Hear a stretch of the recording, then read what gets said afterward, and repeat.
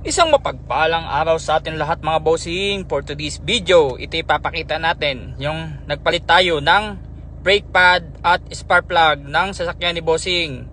Toyota Yaris pala yung sasakyan ni bossing. Salamat kay bossing Abril Dos.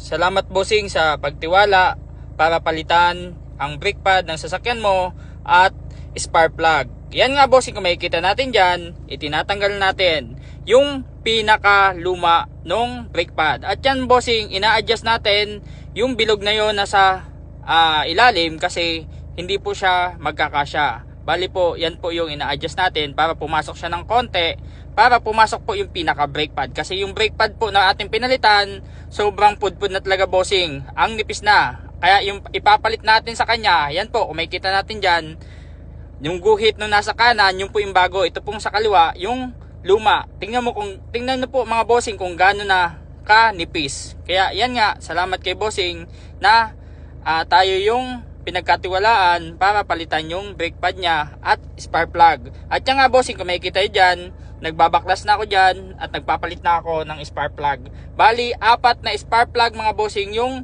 ipinapalit natin dito kay bossing. Puro original yung inilagay na natin para mas maganda. Pang matagalan nga. Salamat bossing sa panonood. God bless everyone.